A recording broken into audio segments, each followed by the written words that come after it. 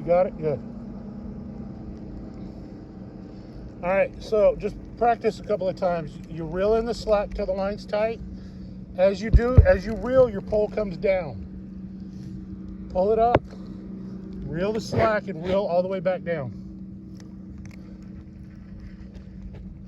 There you go. So reel it down and then pull up, and then reel down.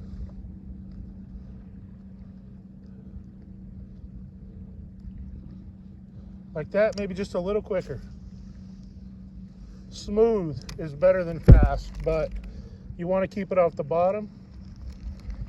And every once in a while, you can give it a double bump, like this.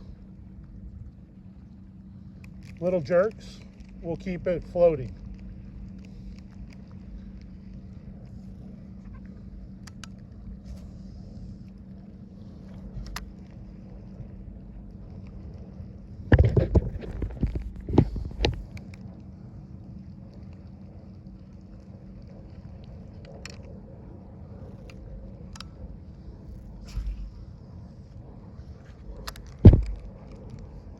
And you don't need to go that far out. They're going to be close.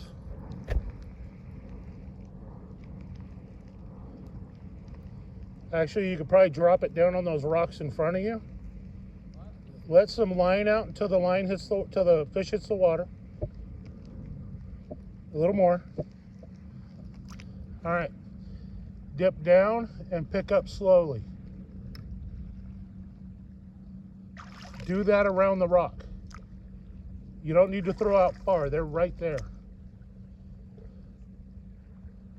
Do that all the way around and you'll catch a fish. You're going to catch a fish today, Carter.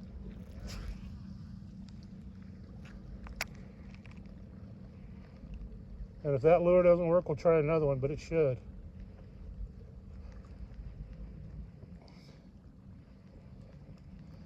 And you might do better on the wind side.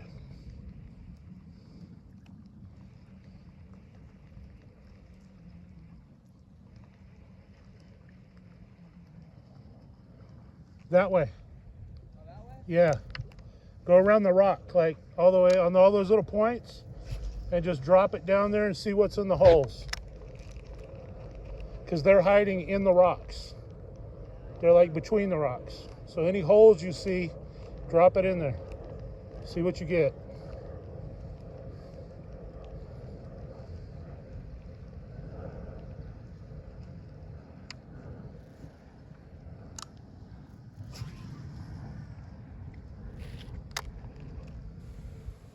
You see that shiny spot right to your right? See where the water's a little shiny? That's from the oil of the fish. Oh. So that tells you where the bait fish are. Where the bait fish are, the big fish are. So anytime the water looks slick, you want to fish that.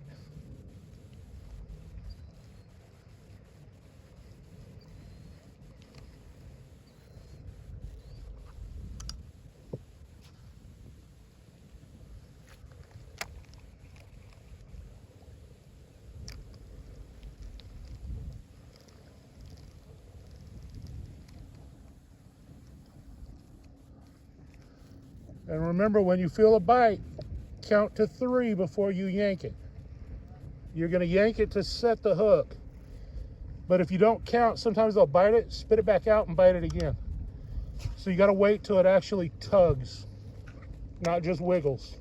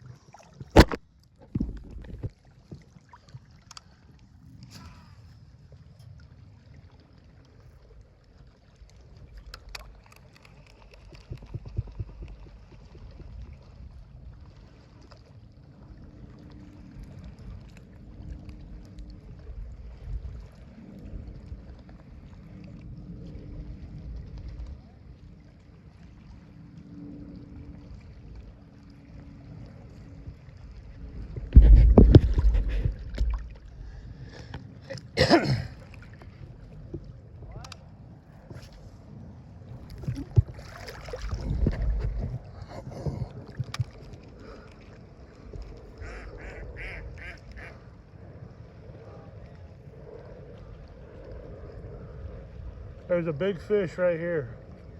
There's a big fish right here. Yeah, right about in there. In front of the duck.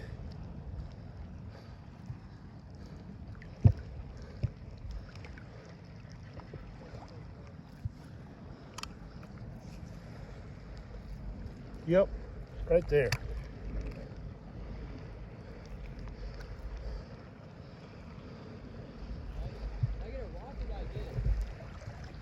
Is it moving? Yeah, you got a rock in.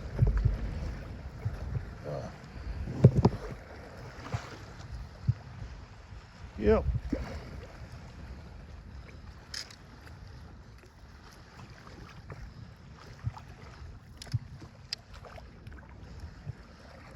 Go ahead and reel in.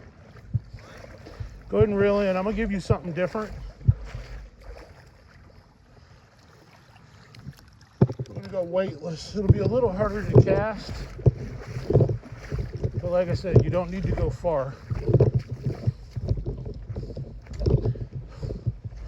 Come over to the bucket.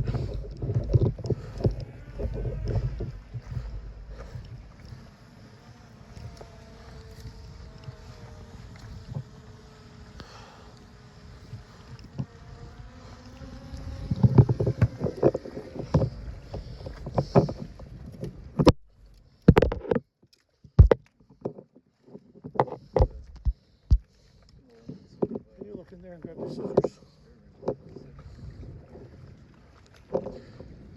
They're used to disturbance. These are city birds. They have a blue handle.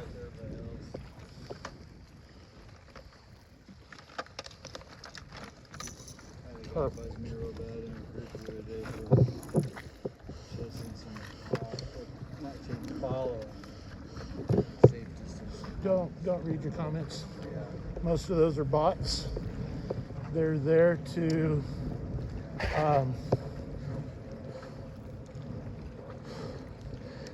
generate traffic. They're paid bots. So unless you know the person, don't even respond. Nothing good ever comes out of the comments except trolling opportunities if you want those. I do not. Sometimes I do them for fun. So do I. All right, let some line out about down to here. What I'm going to put you on is a weightless frog. So this will act a little bit different than this one. So this one, right, you got to know what your bait does. So when you cast it, see how that falls to the ground, and then this floats down like a little snake or a fish, like a butterfly. You ever see Forrest Gump? This is your butterfly. You pull this up, this goes back up, this goes back down, and it floats. This one, you're going to throw it in and it's going to sit there. And it may take 10 seconds to get to the bottom of this foot right here. All right? So it's not going to sink into the rocks and get hung up.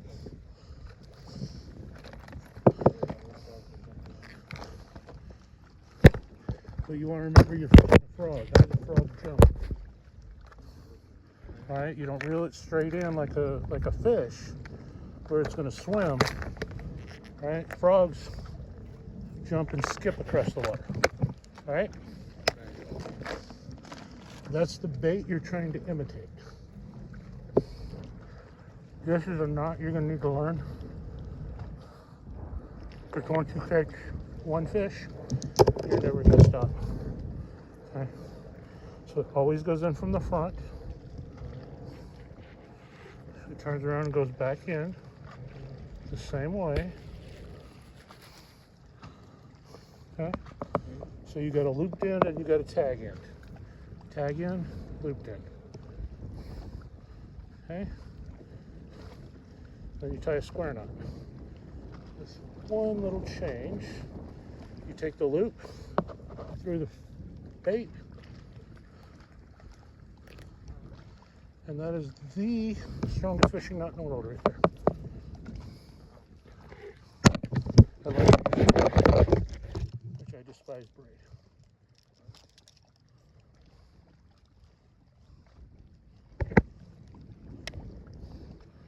You trim your tag end, you make sure your hook is flush, and every time if it comes out like this, pick it back up. Right? I don't want to see the hook point.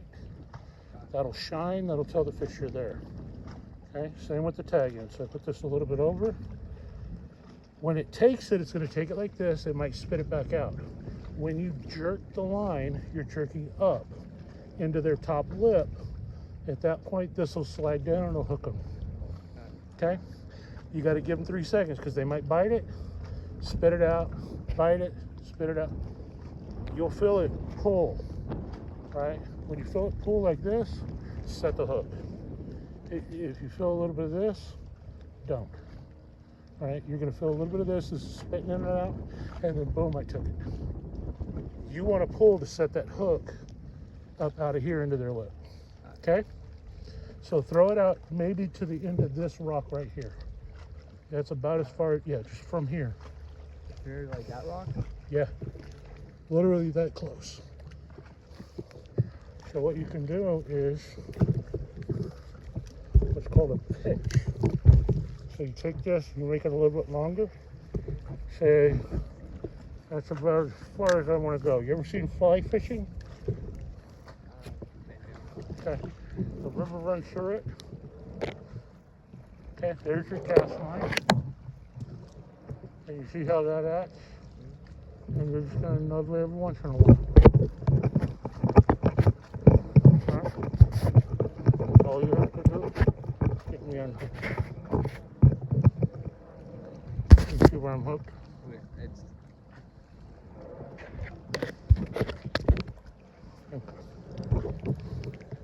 Alright, so you can just chuck it out there and then just give it a little tug like that and you will see the fish hit it.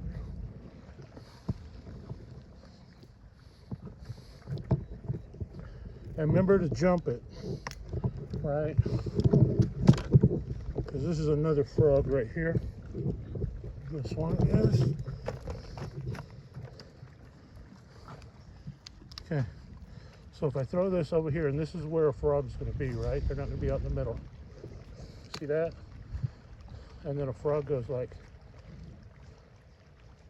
right? That look like a frog when it does that little jump?